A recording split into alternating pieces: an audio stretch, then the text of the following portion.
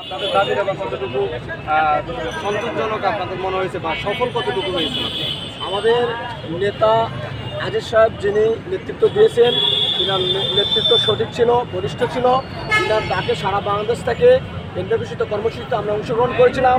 ব্যাপক সাড়া হয়েছে, সাড়া দিয়েছেন।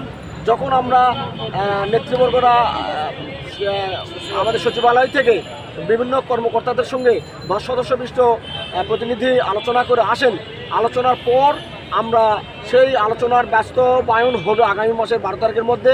সেইটা শোনার পরে আমরা কিছুটা আশা সঞ্চার ও গতি সঞ্চার হয়েছি, ভালো মনে করেছি।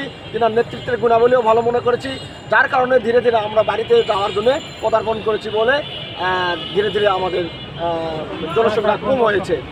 এখানে কোনো ভিন্নভাবে কোনো প্রভাবিত করার অবকাশ নেই।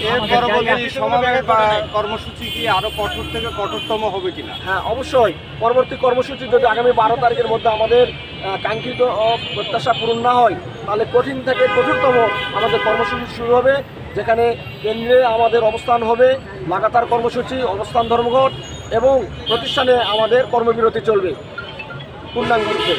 আজকে কি প্রশাসনিকভাবে কোনো রকম আপনারা হেনস্থ হয়েছেন কিনা বা তাদের সাপোর্ট না? প্রশাসনিকভাবে আমাদের কোনো হেয় প্রতিপন্ন আমাদের কোনো করা নাই।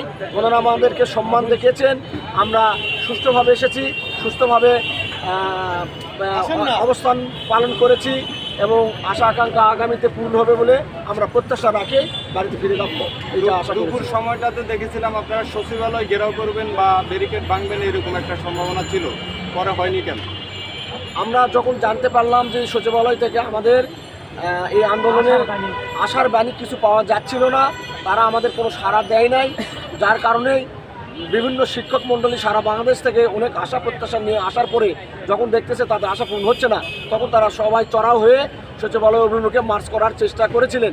যখন আমরা সরকার কর্তৃপক্ষ থেকে আমাদেরকে ডেলিগেট প্রতিনিধি চাইছিলেন, প্রতিনিধি পাওয়ার পরে আমরা 10 সদস্য বিশিষ্ট প্রতিনিধি আমরা সচিবালয়ে পাঠিয়েছি এবং তখন থেকে আমরা তাদের প্রত্যাশায় ছিলাম যে তারা কি আমাদের জন্য আশা বা প্রত্যাশা নিয়ে আসে। যার কারণে আমরা সচিবালয়ের প্রতি কোনো চড়াও বা আক্রমণাত্মক হয় নাই এবং যেটা তারা প্রত্যাশা আমাদের জন্য আশার বাণী নিয়ে এসছে, সেই আশার বাণী আমরা শোনার পরে আমরা শান্ত হয়েছি এবং সরকারকে একটা সময় দিয়ে আগামী 12 তারিখ পর্যন্ত আমরা অপেক্ষা করার চেষ্টা করছি।